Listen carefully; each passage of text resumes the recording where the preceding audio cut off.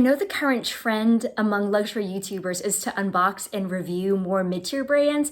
And if you are an influencer, I get it. You want to be unboxing things that are relevant to your audience. Like if your audience cannot afford or has lost interest in high-end luxury handbags, I can't necessarily say the luxury industry didn't bring it upon itself with all the scandals and quality issues and price increases and now decreases. But perhaps because of those reasons, your audience is probably going to be less inclined to watch that type of content.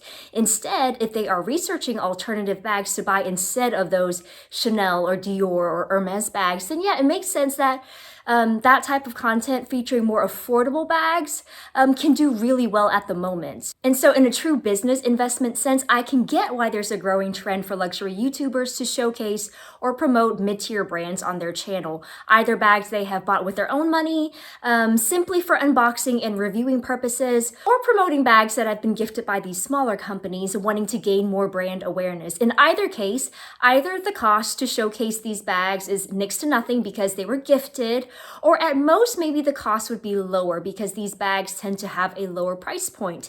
And if you are a monetized channel, then either the viewership count can offset the cost that you spent to buy the bag, or hey, write it off as a business expense. Or I suppose you can also film the unboxing and review video and then turn around to return it the same day. Like, how would you feel if you found out that that's what a YouTuber has been doing? Let me know down in the comments below. But as I mentioned before, I don't consider myself an influencer, and I do not view my channel as a revenue generating platform or any true source of income. My channel is purely a hobby for me, and I primarily showcase my personal collection, things that I am interested in buying for myself. I'm sorry to disappoint, but you will probably not see me unboxing and reviewing a whole lot of mid-tier bags on my channel simply to make content, only because the personal bar for buying a mid-tier handbag for me is actually unusually high. And let me just explain my reasons why. Along the way, I'll chat about some of the mid-tier bags that I've considered and why I ultimately decided against them, and some that I'm actually still on the fence about. Like, things can still go either way. Welcome or welcome back to A Briefcase of Luxury, a place where we love to chat about all things related to life, learning, and luxury. While I have no intentions of quitting my day job as a business professor, your support does mean the world to me, and I would love to grow this channel so we can all continue on our journey towards more mindful consumption. So thank you so much to those of you who have subscribed, liked, commented, or shared my videos. I really appreciate it. And if you haven't already subscribed, I hope you consider doing so, especially if, like me, you have a teensy obsession when it comes to a good handbag. I've mentioned before that I don't live near any major designer shopping hubs. Like, the fanciest brand I get where I live is Coach.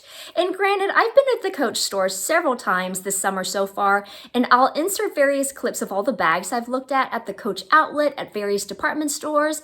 And on one hand, the prices and the summer sales have been so tempting, right? At those prices, like, I really wouldn't have felt any hurt, any financial pain from forking over that amount of money. Like, my brain has been conditioned to think that bags for a couple of $100s is a steal. So what's my hang up? Especially since there are quite a number of mid-tier brands with some really unique and gorgeous bags that won't break the bank. I think for me, it boils down to one main reason. I just can't afford to buy for the sake of buying. I know that completely contradicts what I just said, but here's the deal. I know that if I go down that path of buying bags that I like and that are in my mind quite affordable, it would be hard for me to stop. And even beyond then, I've mentioned this so many times, but it's true. I want my home to be a livable and usable space. Like, I don't want to have to convert a spare bedroom into a handbag closet. Like, currently, I have 3 shelves for handbags in my walk-in closet that I share with my husband, and that's it. And beyond that, I'm out of room, guys. At max, I have room for 2 to 3 more bags before those shelves start to look a little crazy. And for now, those 2 to 3 spots are already on reserve. And so the question then becomes, are there any mid-tier bags that I like enough that I'm willing to bump off a holy grail designer bag out of those spots to make room for this mid-tier bag instead? And at those prices, like, I could easily buy 10, 20 of these mid-tier bags for the price of one of these holy grail designer bags.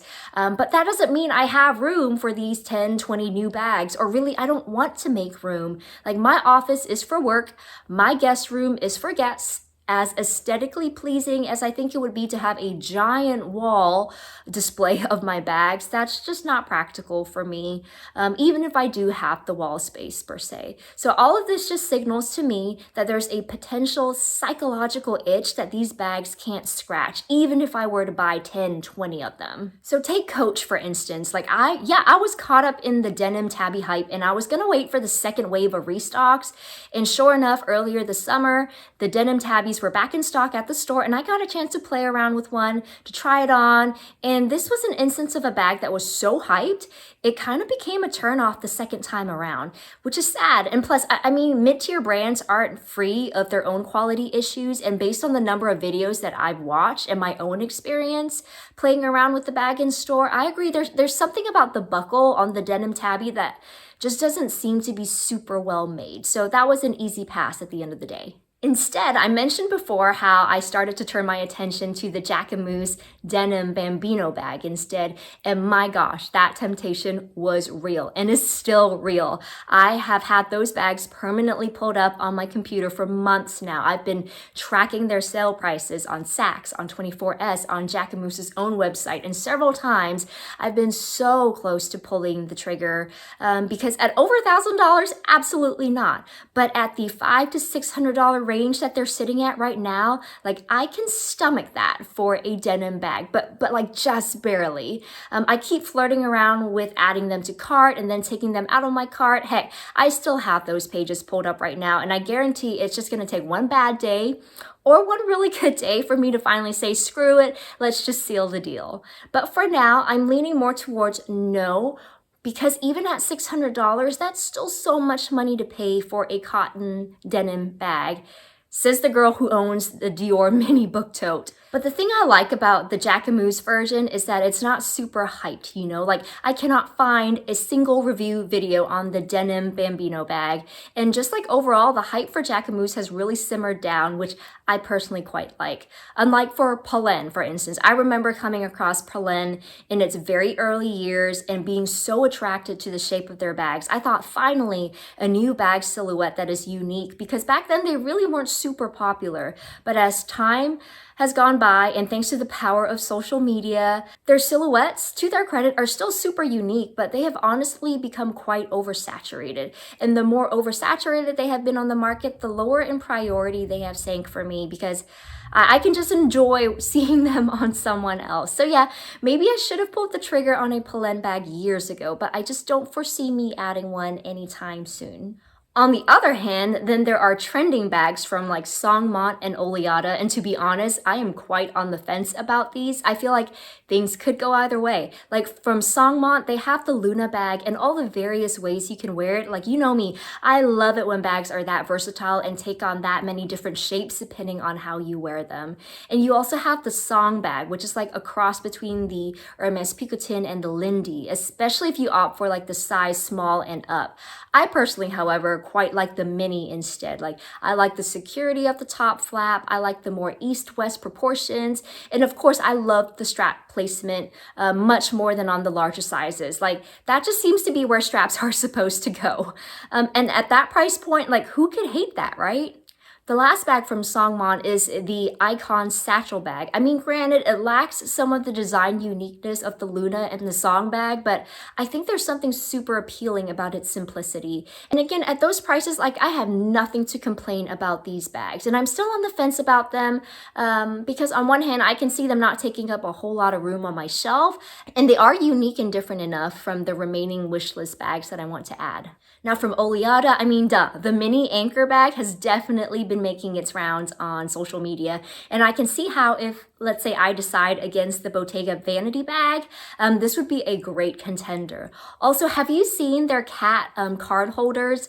I cannot with them. They are freaking adorable. And while I was browsing their website, I also came across their Captain Briefcase, which I love. Like, this is such a gorgeous looking bag. I like it in its original size. I think it would make for such a chic work bag, but I wouldn't be against them coming up with a mini version as well. I don't know what it is about this shape. Like, same with the Prada medium leather handbag and even the Chanel 31. Like, these really structured, sleek bags are just really doing a number on me at the moment.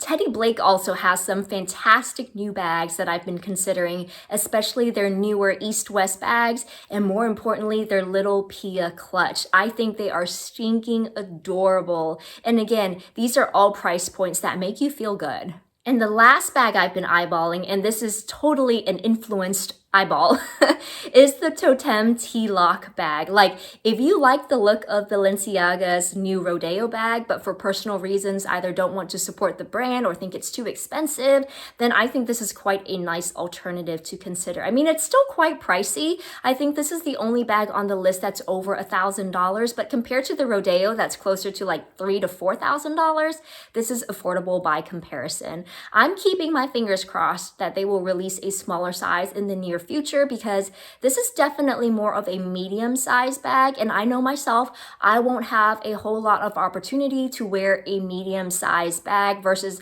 a large bag for work or a mini bag for everyday use. So let me know how you're feeling about the rise in popularity of these new-ish mid-tier luxury brands, especially if you're someone that has been buying designer handbags for a long time and have a healthy bag collection. I think that's partly my issue too. I have a lot of my basics covered, and as you can tell, all of these mid-tier bags are more basic bags. Like, maybe not so much basic in the sense that they're boring or predictable, but they are extremely practical and easy and carefree to use. And there's absolutely nothing wrong with that. But since I do have my basics covered, then these bags won't necessarily add a whole lot of anything new to my collection unless there's something super exceptional about their shape or design or functionality. However, if you are just starting out, I can see how these bags can be nice to have and how watching content on these bags can be useful. So it's not that I'm snubbing my nose at these mid-tier brands or that I think I'm too good for them. It's just that just because I can afford them better doesn't mean I can just buy them all. Like, the criteria they have to pass is still pretty strict. Like, they don't necessarily get a free pass just because they are more affordable. If anything, I'm looking for mid-tier bags that truly have an exceptional design element, and I do think some of the bags that I've mentioned here have that extra oomph to them. So let me know what your favorite mid-tier brands are, and if you have any that you recommend I check out. Thank you so much for sticking around until the end, and if you enjoyed this video, please don't forget to like, subscribe, and hit that notification bell, and I'll catch up with you next time.